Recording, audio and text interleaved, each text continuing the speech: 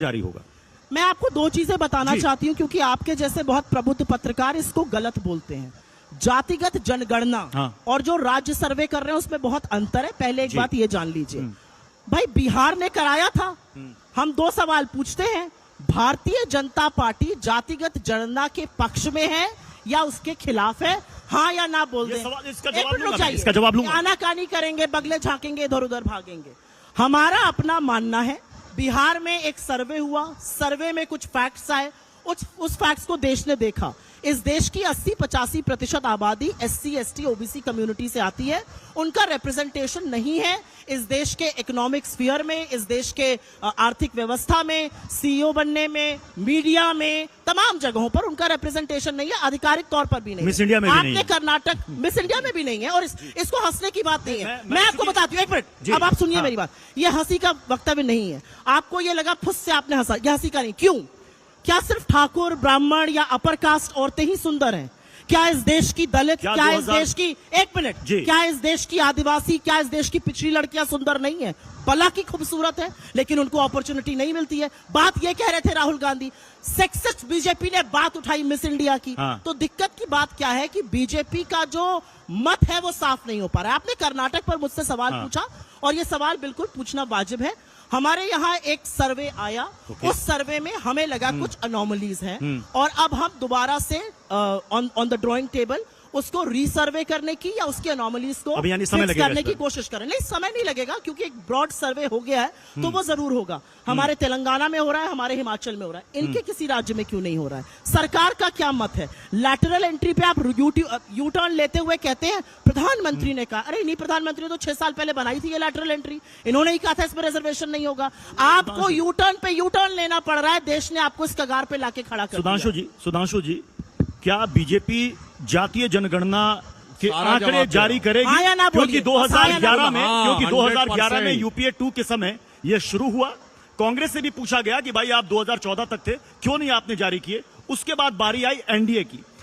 एक वक्त पर राजनाथ सिंह ने खुद कहा था कि इस पर काम चल रहा है, आगे चल करके इसको हम जारी करेंगे, लेकिन उसके बाद वो ठंडे बस्ते। देखिए, गृह मंत्री अमित शाह जी ने कहा है हम बिल्कुल खिलाफ नहीं है, हम उचित मौके के ऊपर जारी कब करेंगे? मगर अब सुनिए, मैं जवाब देता हूं। कितनी मजेदार बात बोली। 6 साल पहले लेटरल एंट्री शुरू की थी मोदी जी ने और 1972 में लेटरल एंट्री से ज्वाइंट सेक्रेटरी बन गए थे मनमोहन सिंह। 50 साल पहले। वो तो गजब बोल देते हैं आकर, कुछ भी आके बोल देते हैं। पॉलिसी बनाई है आपकी सरकार ने। अरे भाई सुनिए, लेटरल एंट्री पे बने सब। अब सुनिए, आगे की बात बोलता हूं। ये लोग कितना झूठ बोलते हैं। राहुल गांधी जी के दर्जनों वीडियो अवेलेबल हैं। आप जाइए चुनाव के समय, देखो भैया मैंने कह दिया नीतीश कुमार से कि जातिगत सर्वे तो कराना पड़ेगा, और जाके चेक करिए, जातिगत सर्वे पास हुआ है जून 2022 में कैबिनेट की बैठक में, जब भाजपा जदयू की सरकार थी। वो लागू हुआ है अगस्त 2022 में, 7 या 8 अगस्त को जदयू के साथ सरकार बनी RJD की। और ये बात जदयू के कार्यकारी अध्यक्ष संजय झा और ललन सिंह दोनों बोल चुके हैं। भाजपा जदयू की कैबिनेट में पास हुआ और देखो भैया ने कह दिया कि नीतीश कुमार ने करवा दिया, उनके कहने पे कर दिया। अब मैं इनको तो नीतीश जी ने नहीं कराया? अरे भाई नीतीश जी ने नहीं कराया। राहुल गांधी के कहने पे हमारे साथ गठबंधन में रहते हुए करवा दिया। मतलब अरे भाई मैं कह रहा हूँ, सुनिए, तो आप कह रहे हैं, नहीं आप तो कह रहे हैं, आप कह रहे राहुल गांधी को डिस्टर्ब करने लगती है, क्या तरीका नहीं हुआ? अब एक और बात सुनिए, अभी सुनिए, नीतीश जी की वजह से नहीं हुआ, ये हेडलाइन है। ये हेडलाइन है आपके शो की। भाजपा के प्रवक्ता कह रहे हैं नीतीश कुमार ने नहीं कराया जातिगत सर्वे। अरे भैया आप कह रहे हैं कि देखो भैया मैंने नीतीश से कहा था, नीतीश हमारे साथ गठबंधन में थे। मैं ये कहना चाह रहा हूँ सुधांशु जी, मतलब जातीय जनगणना का क्रेडिट बिहार में बीजेपी ले रही है ना? यूपी में आपकी सरकार बीजेपी ले रही है। ये तरीका ठीक नहीं है भाई, मेरे हर बार में डिस्टर्ब करने लगती है। आप सुनिए भाई, अरे भाई लेकर आए आज। अब सुनिए आपको फोन देखना पड़ रहा है आज। फोन नहीं, अब सुनिए, लपेट लिया आज आपको। आज आपकी कलाई खोली है मैंने अच्छी, बार बार आपको फोन देखना पड़ रहा है। रुकिए, अरे आप क्या फोन वोन देख रहे हैं? नहीं, यहाँ नहीं, यहाँ नीचे लगाइए तब आएगा नीचे। मैं तो चाहूंगी, ये टीवी नहीं है तो इन लोगों को सुनाई नहीं देगा। आप बोल दीजिए। मेरा विश्वास जातिवाद में नहीं है। मैं तो नकल में भी अकल की जरूरत होती है, सब मैं करती हूँ, लेकिन टीवी पे करती हूँ तो आवाज पहुंच जाती है, यहाँ पर लोगों को सुनाई नहीं देगा। अपने को एक माने, इस महान देश के महान नागरिक अपनी तय को माने। किन बातों ने हमको पीछे रखा? कौन से रोड़े हमारे रास्ते में आए कि हम तेजी से आगे नहीं बढ़ सके? कुछ ऐसे लोग हैं कुछ ऐसे तबके हैं सुधांशु जी, यूपी में सरकार है, सुनते रहिए। मध्य प्रदेश में है, शांत रहिए, सुनिए, तमाम मैं आपको जगह डिस्टर्ब नहीं सरकार कर रहा है, था। छत्तीसगढ़ में कराइए ना जातिगत सर्वे, वहां पर सर्वे का नाम सुन के सांप सूंघ जाएगा। देखिए, क्यों भाई? ये क्यों डिस्टर्ब करने लगी? इंदिरा गांधी बतौर प्राइम मिनिस्टर 15 अगस्त 1983 को बोल रही हैं कि जो लोग जात पात की बात कर रहे हैं वो देश को पीछे करना चाहते हैं। बोलिए, इंदिरा गांधी सही है, राहुल गांधी सही?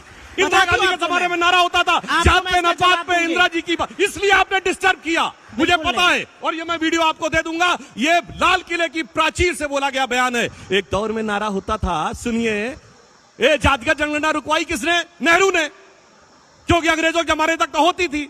और शुरू किसने करवाई थी? अभी बताऊं, Herbert Risley, British census commissioner, 1901 में 2378 जातियां। लक्ष्यदार झूठ नहीं, एक एक फैक्ट बोल रहा हूं। रुकवाई नेहरू ने। नेहरू का 61 का लेटर है सारे चीफ मिनिस्टर्स को कि वो रिजर्वेशन के खिलाफ है, पर्टिकुलर नौकरी में, क्योंकि इनकॉम्पिटेंसी बढ़ाती है। अब आइए, इंदिरा जी के जमाने में नारा है जात पे न पात पे, इंदिरा जी की बात पे मोहर लगेगी हाथ पे। अब आइए, 6 दिसंबर 90 को Rajiv Gandhi ji floor of the house पे कहते हैं कि वो रिजर्व मंडल का विरोध करते हुए कहते हैं कांग्रेस पार्टी जात पात में विश्वास नहीं करती है। और अब ये जानते क्यों आए हैं? आपको बात बताऊं, वक्त के साथ बदलता आपने किसी का चेहरा इतना नहीं देखा होगा। 2014 में राहुल गांधी, उससे पहले क्या थे? एकदम क्लीन शेप, बढ़िया बबुआ टाइप माहौल बने हुए, हिंदी में अब अगर शपथ आप लीजिए। व्यक्तिगत पे आएगा तो फिर मोदी जी की भी भाव भंगिमा और सुनिए व्यक्तिगत पे चली जाऊंगी। बोल लीजिएगा, ये बबुआ शब्द मैं का जो आपने प्रयोग किया, अरे इसको बोलने वापस ले बोलने लीजिए। दीजिए, आप क्योंकि बोल मैं मोदी दीजिएगा। जी पर बोलूंगी तो अरे आपको बोलिएगा लगेगा। बोलिएगा, अभी मैं जवाब देता हूं, उसके बाद मेरे अभी जो बोल लूं देखिएगा तब बोलिएगा। क्या होगा आपके साथ। और उसके बाद हिंदी में शपथ ली और ईश्वर के नाम की शपथ ली 2014। 2019 आया, लगता है इससे काम नहीं चलेगा, तो क्या किया? अब टीका लगा के कुर्ते के ऊपर जनेऊ वाले हिंदू बन गए और अपनी जाति नहीं गोत्र भी बताने लगे। कहां? राजस्थान में पुष्कर के मंदिर से निकलते हुए 2019 के चुनाव से पहले। फिर लगा इससे भी काम नहीं बन रहा। अब 2024 में अब वो जनेऊ कुर्ता छोड़ दिया, कार्ल मार्क्स की तरह दाढ़ी बना के, हाफ टी शर्ट पहन के, अब हिंदी की बजाय अंग्रेजी में शपथ, ईश्वर की बजाय सोलमनी अफर्म। मैं पूछता हूं, 2014 में ईश्वर के नाम की शपथ, 2024 में ईश्वर के नाम की शपथ क्यों नहीं ली? और फिर संसद में खड़े होकर भगवान की फोटो दिखाते हैं। इतना बदलता हुआ इंसान आपने 10 साल के अंदर कोई भारत की राजनीति में नहीं देखा होगा जितना ये बदलता है। अब बदलते हुए इंसान की क्योंकि छेड़ी दी है तो बदलते हुए इंसान की बात कर ही लेते हैं। जब मैं मुख्यमंत्री रहूंगा तो मैं जीएसटी का पुरजोर विरोध करूंगा, लिख लिख के विरोध करूंगा, और प्रधानमंत्री बनकर जीएसटी का आर्किटेक्ट मैं ही बन जाऊंगा, नरेंद्र मोदी। जब मैं मुख्यमंत्री रहूंगा तो मैं खाद्य सुरक्षा अधिनियम का लिख लिख के विरोध करूंगा, और जब प्रधानमंत्री बन जाऊंगा तो 80 करोड़ लोगों को फ्री का राशन देने का झुनझुना बजाऊंगा, नरेंद्र मोदी। जब मैं आजादी के आंदोलन में नहीं रहूंगा तो मैं मुखबिरी करूंगा, ब्रिटिशर्स को लिखूंगा इसका दमन करो। दमन करो कैसे? यहां पर भारत छोड़ो आंदोलन का, नहीं तो बहुत बढ़ जाएगा, फिर मैं अपने आप को राष्ट्रभक्त घोषित कर दूंगा। असलियत यह है कि राहुल गांधी एक ऐसे शख्स हैं जिन्होंने आपकी दिन की नींद और रातों का चैन उड़ा दिया है, और असलियत यह है कि आपको समझ में नहीं आ रहा है कि उनके उठाए मुद्दों से कैसे निपटे। राहुल गांधी टी शर्ट पहने, क्लीन शेव रहे, दाढ़ी रहे, इस पर ज्यादा चिंतित है भारतीय जनता पार्टी।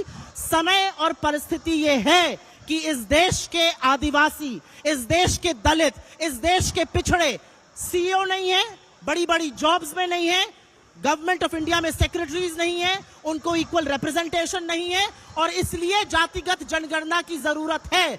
जातिगत जनगणना की जरूरत इसलिए है क्योंकि जब एक दलित सरपंच मध्य प्रदेश में एक डीएम के यहां आती है तो उसको बोला जाता है अगर कुर्सी पर बैठने का बहुत शौक है तो अपने घर से कुर्सी ले आओ। 78 साल हमने आजादी के मनाए हैं, और एक दलित सरपंच औरत को यह बोला जाता है कुर्सी पर बैठने का शौक है तो ये लेकर आओ। ये सवर्ण नहीं समझेगा, ये आप में से अधिकांश लोग नहीं समझेंगे, ये सुधांशु जी नहीं समझेंगे, लेकिन एक ये दलित, एक आदिवासी और एक शोषित वंचित समाज का व्यक्ति समझेगा। इसलिए जातिगत जनगणना की जरूरत है। और एक बात सच है, बहुत सही कहा आपने, बहुत सही कहा आपने कि जातिगत जनगणना की जरूरत इसलिए है कि राजनीति में बहुत सारे स्टैंड होते हैं। हाँ। और मुझे लगता है कि राजनीति कोई कास्ट इन स्टोन नहीं है। अगर देश की परिस्थिति, अगर लोगों को मौके नहीं मिल रहे तो बिल्कुल आपको स्टैंड बदलना पड़ेगा। बीजेपी ने जीएसटी क्यों लाई? बीजेपी ने विमेंस रिजर्वेशन बिल क्यों लाए? क्योंकि पहले जब राजीव गांधी पंचायती राज लाए और उसमें विमेंस रिजर्वेशन की बात थी, 5 वोट से वो हराया गया था, 5 बीजेपी के लोग थे, इसके खिलाफ थे, अब लेकर आए। तो मेरा अपना मानना है कि राजनीति में, राजनीति is a dynamic thing, it must change, ठीक है। If it is not changing, जातीय जनगणना बहुत नहीं, जातीय जनगणना की जरूरत है, बोल तो दूं। इसी के आधार पर आपको आरक्षण का कोटा तय करना है। 1931 के आंकड़े, देश की आजादी से पहले के आंकड़े, एक मिनट में बात करने, एक फैक्ट, मंडल कमीशन के विरोध में ये भी थे, पूछिए इससे। आज जो बड़ी बड़ी छाट है, मंडल कमीशन के विरोध में थे। कांग्रेस भी रही शासन में लंबे समय से, बीजेपी भी रही, क्यों नहीं हुआ अभी तक? अभी इन्होंने बोला कि पंचायती राज राजीव गांधी लाए, 5 वोट से गिर गया, 5 वोट बीजेपी के थे, बीजेपी के सांसद ही 2 थे। बोलो भाई, कुछ भी बोलने लगती है। राजीव गांधी के जमाने में बीजेपी के सांसद ही 2 थे, राजीव गांधी का हम पकड़ लिया गया झूठ। छोड़िए, आपके जैसे लोगों ने बोलने लगती है। झूठ आज तो सुनिए, आपका अब बताता हूँ। देखिएगा 2011 में जनगणना हुई, इनकी सेंसस कराई। भारत सरकार में 140 सेक्रेटरी थे, कितने थे बताइए? SC ST, SC 0, ST 2। किसकी सरकार थी? अभी हमारे कैबिनेट, अब आप देंगे, आप बोल रही थी, मैं एकदम शांत रहा, आपने अपने टर्न पे बोलिए। अभी भारत सरकार के कैबिनेट सेक्रेटरी बने हैं, बता रहा हूं, उसका भी जवाब दे रहा हूं। देखिए, भारत सरकार का सेक्रेटरी यूपीएससी में सेलेक्ट होकर प्रमोशन के द्वारा एक स्टेज के बाद 26-27 साल के बाद पहुंचता है। ये कांग्रेस का अध्यक्ष पद नहीं कि पैदा होते ही सीधे अध्यक्ष बन गए, वो एक प्रक्रिया के थ्रू होता है। आज भारत के जो कैबिनेट सेक्रेटरी हैं वो 1987 बैच के हैं। 87 में आपकी पार्टी नहीं, आपके पिताजी की सरकार थी। बताइए कितने SC ST OBC थे? अरे उन्हीं में से तो बनेंगे आके। अगर आपने उस समय रिजर्वेशन दे दिया होता, काका का लेकर कमेटी की रिपोर्ट मंडल 1980 में लागू कर लिया होता, तो 87 अब सुनिए, हमेशा मेरे में ये डिस्कस कर रही है, समय बिल्कुल समाप्त हो रहा है। मैं सुधांशु जी, सुप्रिया जी, आप दोनों से बिल्कुल समय कम, बिल्कुल समय कम, बिल्कुल क्या करने के लिए आए? झुंझुना बजाने के लिए देश के लास्ट सामने में सिर्फ ये